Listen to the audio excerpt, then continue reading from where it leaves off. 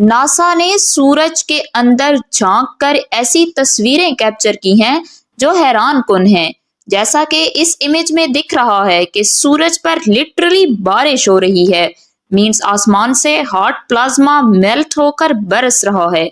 फिर उन्हें ऐसा खास जैसा स्ट्रक्चर दिखा और ये स्ट्रक्चर्स माउंट एवरेस्ट से बड़े हैं।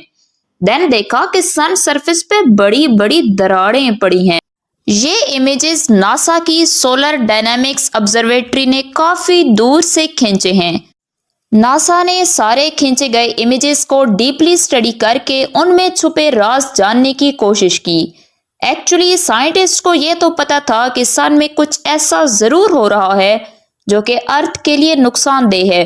बिकॉज सोलर फ्लेयर की वजह से 2022 में इलॉन मस्क के 49 स्टारलिंक सैटेलाइट्स वापस जमीन के एटमॉस्फेयर से आकर टकरा गए थे।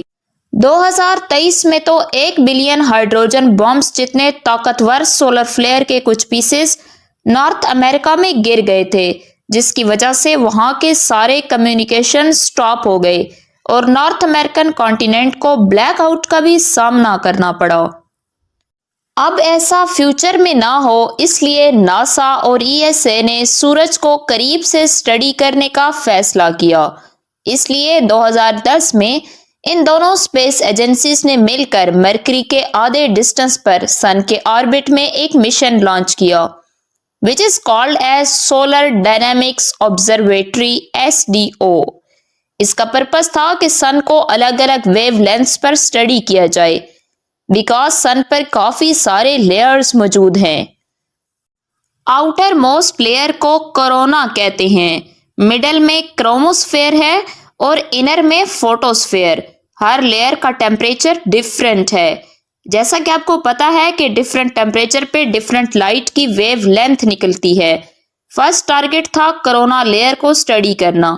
साइंटिस्ट ने अल्ट्रावायलेट लाइट की इस वेवलेंथ 19.3 नैनोमीटर से 21.1 नैनोमीटर पर उसके फोटोज लिए, तो उन्होंने देखा कि गर्म तपता लावा बारिश के रूप में सूरज पे बरस रहा है और उसे नाम दिया कोरोनल रेन, जिसकी वजह से सूरज पे मौजूद प्लाज्मा सोलर फ्लेयर्स की शक्ल में सन से जमीन की तरफ फेंका जाता है।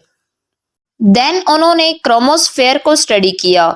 इसका टेम्परेचर कोरोना से कम होता है, इसलिए 17.1 नैनोमीटर वेवलेंथ की यूवी लाइट को इस्तेमाल किया और उसके फोटोज लिए, तो बहुत शॉकिंग रिजल्ट्स मिले। उन्होंने देखा कि क्रोमोस्फेयर की सरफेस पे हर 5 मिनट के बाद माउंट एवरेस्ट जैसे नोकीले घास लाइक स्ट्रक्चर्स बनते हैं और ये स्ट्रक्चर्स बहुत हाई स्पीड के साथ बाहर की लेयर्स की तरफ फेंके जा रहे हैं। इसके बाद नेक्स्ट लेयर फोटोस्फेयर को देखा गया। ये सबसे ज्यादा ब्राइट नजर आती है, इसलिए विजिबल लाइट वेवलेंथ 400 नैनोमीटर से 700 नैनोमीटर को यूज करके इसके फोटोज कैप्चर किए, तो उन्हें वहां कई सारी दरारें दिखी। साइंटिस्ट पे राज खुला कि ये असल में सूरज के कुछ ज़रात हैं जो बनते बिगड़ते रहते हैं और उन्हें नाम दिया गया सोलर ग्रेनुअल्स।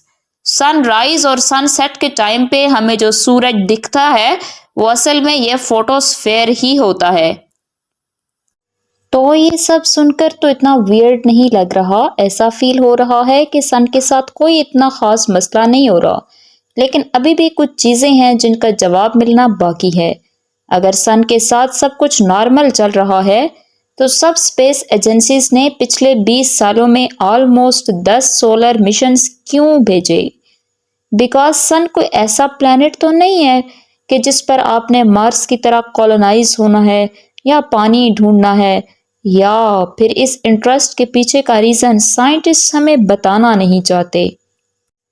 नासा ने SDO से पहले भी कुछ सैटेलाइट्स भेजे, जैसा कि 1995 में सोलर एंड हीलियोस्फेरिक ऑब्जर्वेटरी सोहो के नाम से मिशन भेजा। 2006 में solar terrestrial relations observatory stereo mission भेजा। इनमें से सोलर स्पेस टैप ने सन की सरफेस पर होने वाली वाइब्रेशन से आने वाली साउंड तक को रिकॉर्ड किया है, पर इन स्पेस क्राफ्ट्स में कुछ प्रॉब्लम्स हैं, जैसा कि स्लो स्पीड से डाटा ट्रांसफ़र करना, पिक्चर क्वालिटी का लो होना सो इन सब से बाजी ले जाता है एसडीओ, जो सूरज की एक तस्वीर को अर्थ तक भेजने में 0.75 सेकंड्स लगाता है with higher picture quality. So NASA के मुताबिक एसडीओ सन के मुतालिक कोई यूनिक इंफॉर्मेशन दे सकता है।